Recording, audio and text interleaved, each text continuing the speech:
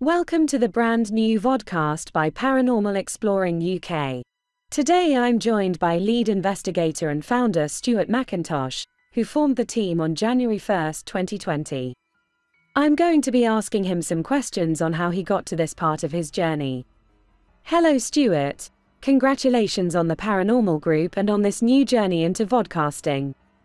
Where did the idea come from to start doing a vodcast? Well, I've been thinking about ways of bringing our paranormal investigations to a wider audience. I feel that dissecting a previous investigation and chatting about it, what happened in more detail, would be more helpful for our subscribers, I think, and followers. And I think it'll make them connect more with the team. What platforms will people be able to find the vodcast? Well, the vodcast will be uploaded to the YouTube channel predominantly anyway, that's the main thing. Then the audio only version will be uploaded to our SoundCloud and Anchor podcast accounts for those who prefer listening to audio only. What will the name of the vodcast be? Well, I've decided to call it Paranormal Post-Mortem. Simply because we'll be mostly dissecting our previous paranormal investigations, breaking them down and looking into what we found on the night, discussing it, or everything that happened, and possibly things as well that viewers picked up on and messaged us, made a comment in the video, and just generally, and we missed just a general breakdown of our last investigation. So, seeing that we are taking it apart and dissecting it, I thought Paranormal Postmortem was an apt name. Apart from the YouTube channel, where else can people find Paranormal Exploring UK? Yes, well, we have a Facebook group and a Facebook page. And we're also on TikTok, all under the handle of @TeamPuke. But if you type in Paranormal Exploring UK anyway, you'll find it just the same. @TeamPuke is just like a nickname, a handle, just to get a shorter to type. All the videos and uploads will be on the YouTube channel though, first of all, and links to other platforms. A lot of paranormal teams I've seen go live on their social media pages during an investigation. Is this something you do? No, I have a few issues with going live on Facebook or any platform for that matter using mobile phones. I come from the angle of an ex-wedding photographer. I'm used to producing results with the highest quality. Especially wedding photography, you get one shot at that and that's it. So you need to produce the goods. I found out when you do a video at an investigation and there's someone doing a live on their phone near you, it's obviously not going to be on flight mode. It can send RF interference if you're using analog microphones like I mostly do, pro microphones. It can send an RF interference and the cable picks it up and ends up in the microphone and you hear that the phone dilute through your actual video footage and it's knackered. So I would rather have a quality looking video there's perfect sound on it than a horrible looking mobile phone footage. If a team is set up to go about their investigations with only mobile phones and doing lives for their own platforms, then that's their prerogative. It's not something I'm into. What I am all for personally is trying to produce the best looking film footage I can, using proper video cameras with good external lenses and mics. Most of the occasions we find ourselves in anywhere well outside of any mobile mast, so we don't really get a phone signal anyway. And there's nothing worse, this is my personal opinion, there's nothing worse than joining somebody's live, say they're on Facebook, and it's all pixelated and dropping out and waiting for a signal, and I cannot be doing with that, and I don't want to be associated with anything like that in my group.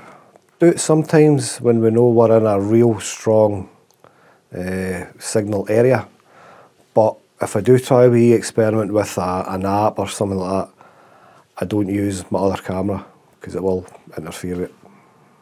Fakery. There's a lot of fake investigators out there. How do you feel about that?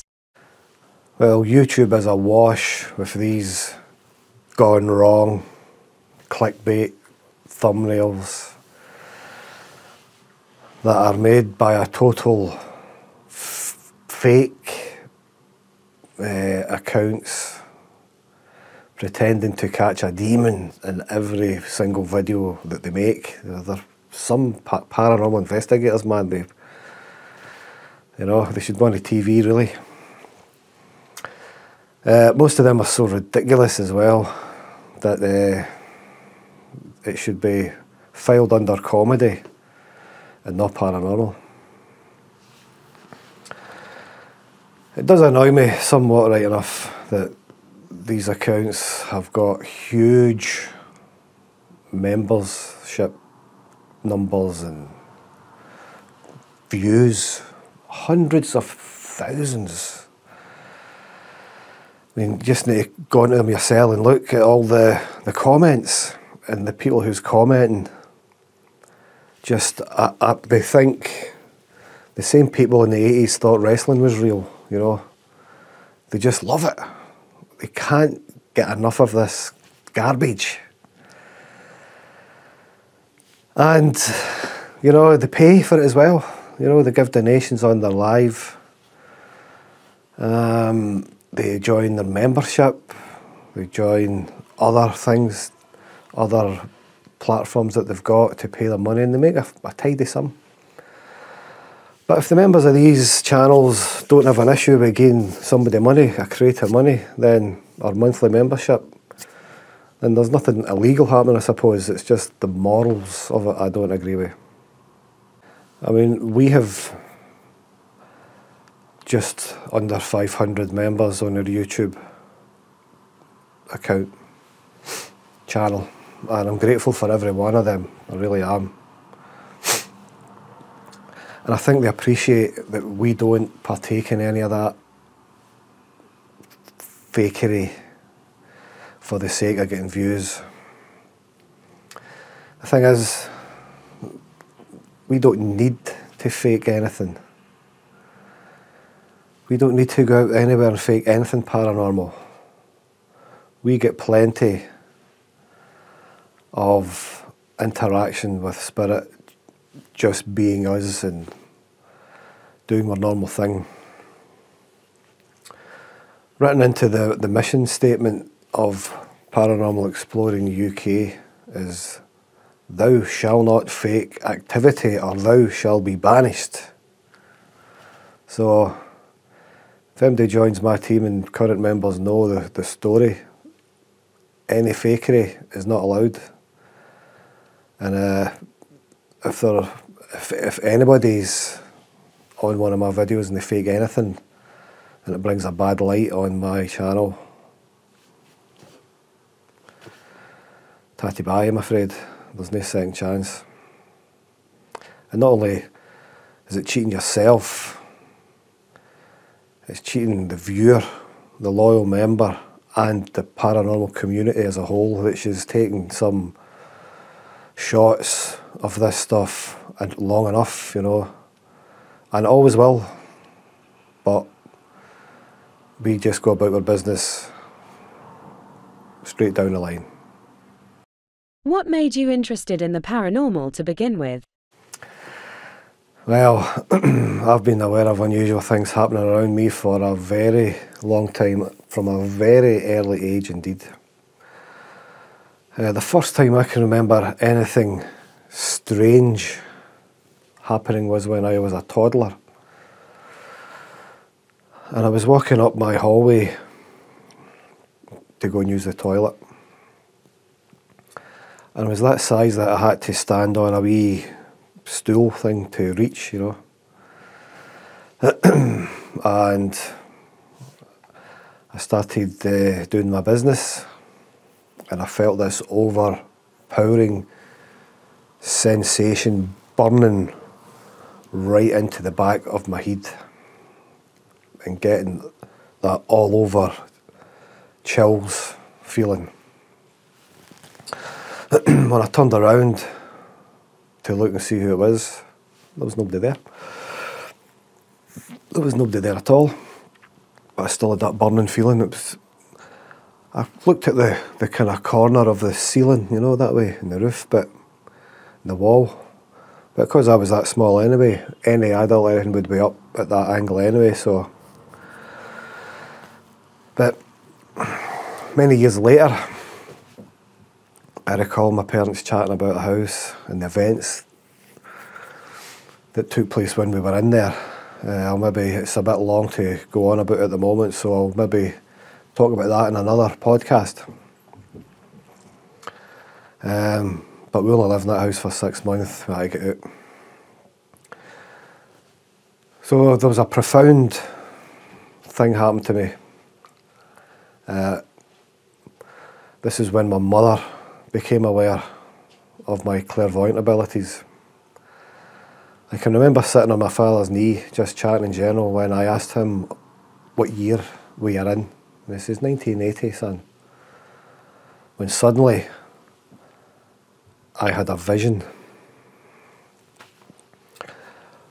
Turned white, started panicking and shaking in absolute fear. And my dad asked, what the hell's wrong? And I replied with, we are going to go to war next year. Laughing at me. My dad says, don't be stupid, son, don't be daft. But I was insistent, and I wouldn't be persuaded otherwise. I just felt it. I seen it and I felt it. The vision that I saw was a British aircraft carrier full of warships and men lined up with a whole flotilla of boats at the back of it. And this was looking down from the sky, looking onto this, and it was coming this way, coming below from where I can see. It was passing under me. In fact, I was wrong in my prediction, as it wasn't until 2 years later that I saw the exact same scene from my vision on the news. It was the start of the Falklands War in 1982. The high elevated view was taken from a news helicopter, filmed from a news helicopter, and it was flying over the fleet. Well, seeing that and being took straight back to my vision,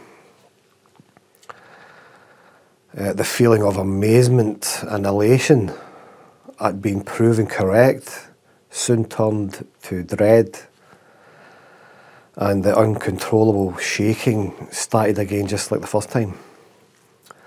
But from that moment, I knew there was something else to this. I wasn't sure exactly what it was, but I just knew that I'd just seen into the future. I just saw a news clip that wasn't even recorded yet and wouldn't be for another 2 years. And as a 9-year-old boy, it felt both amazing but scary. What was the defining moment that made you start the group? Well, the defining moment that I decided to start Puke came after years of knowing that I'd eventually do it, or do something along the lines of spirituality, paranormal, And I was just taking the plunge and getting the ball rolling. I hadn't conducted a single investigation before, but I knew if I conducted myself in a manner that respects the spirit and the location, I'll get on fine. As I go armed with the knowledge and experiences I've had my whole life, I knew it would happen eventually. Do you still have visions at your age now? Yeah, but not as often as when I was younger. You still know exactly when to pick your phone up, and you know exactly, just as you go to pick your phone up, the person's ringing, stuff like that. A lot of people get that. I do know exactly what's going to happen seconds before it happens, quite a lot. But my clairaudient sense has really ramped up over the past few years. When out on investigations, I very often hear noises or voices from within the building. For instance, Coco Chanel's mansion we went to a couple of years ago. We were in the biggest room. It was like the main ballroom, if you would call it that.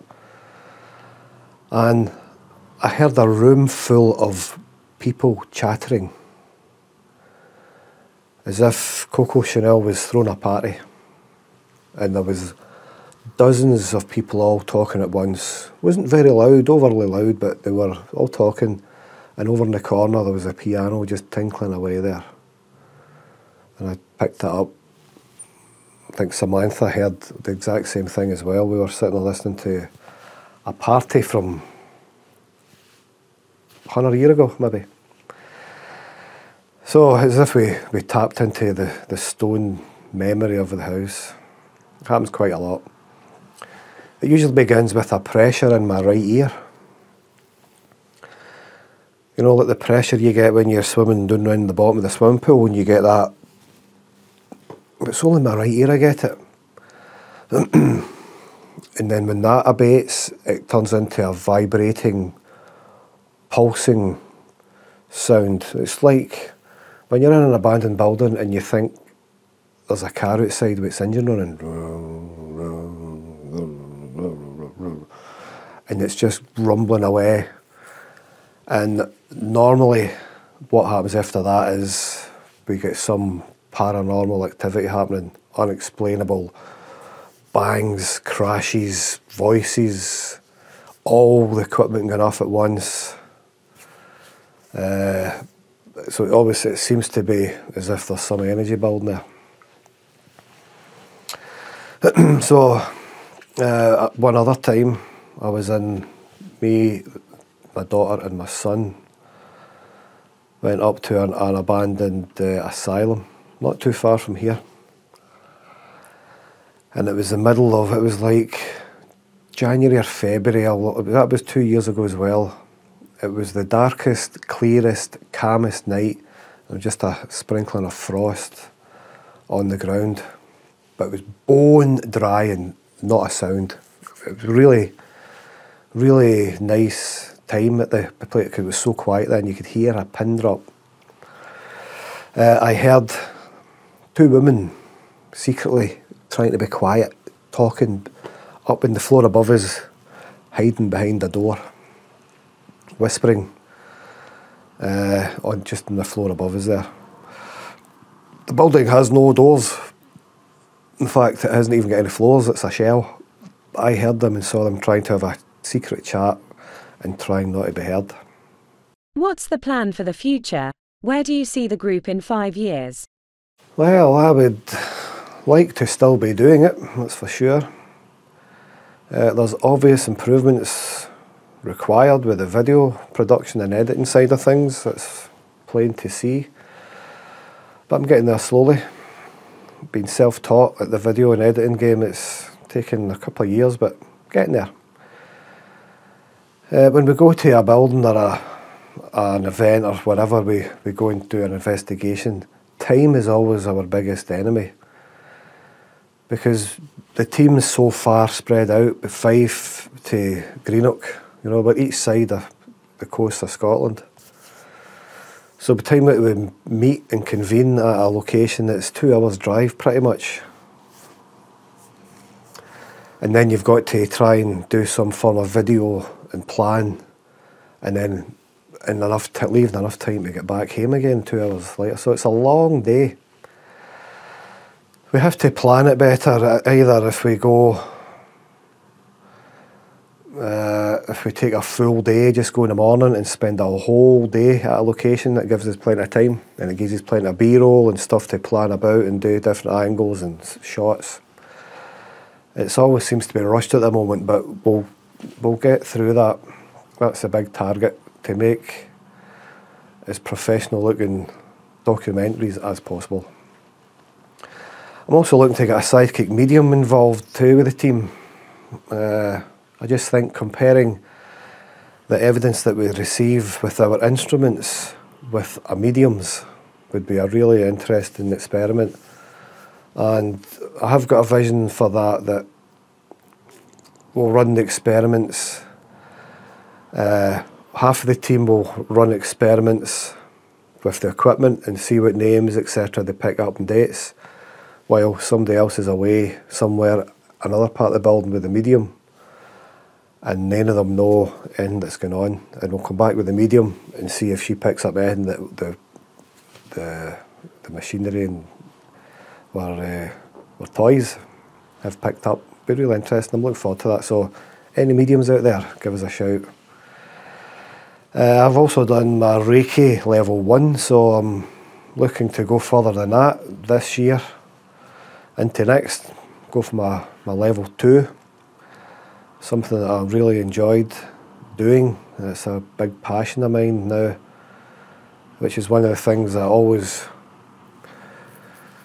say I've got no time for going. I've sat in medium circles and stuff, and I have gave readings a bit. Working continental shifts full time in my own job at the moment, I just have no time to commit to anything. When I retire, if I'm still fit enough, I'll do it. I'll definitely do it. But at the moment, Reiki 1 is in the bag.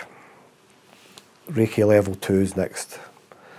But I'm not rushing into that. I'm staying at level 1 for a while and just gradually building up my knowledge and skills, and then I'll go for level 2. Well, Stuart, it's been a pleasure interviewing you today. I'd like to wish you and the team the very best of luck for the future. Well, thanks for having us. This is the very first podcast, or Vodcast. It's going to be both pod and Vod, because we're putting it on the podcast platforms as audio, and the video platform, YouTube, as video. So it's VodPod. Welcome to the VodPod. And the YouTube channel is 99 videos on it at the moment, 99 live videos. I have a few more to edit, but will this one be the turn up? Will this be the 100th video for the YouTube channel? Possibly could be, possibly could be. So thanks to all the listeners for listening to this very first paranormal post-mortem. Very much appreciate you sticking with it. Just a bit of history about myself and how we got to be here. And the viewer on YouTube, also thank you very much for clicking on the video and watching it. And please like it and thumbs up. And if you haven't subscribed to any of our platforms, please do. It would mean the world to us. Well, that's it there now. Podcast wise, I have got in mind just to get off and running one a month. One a month, and it's mainly going to be going back on a previous investigation and the team going through it and pointing out to the viewer things that you may have missed as well. So I think it'll be really interesting. It'll be good to have you with us. So until the next one, thank you very much, and we'll speak soon.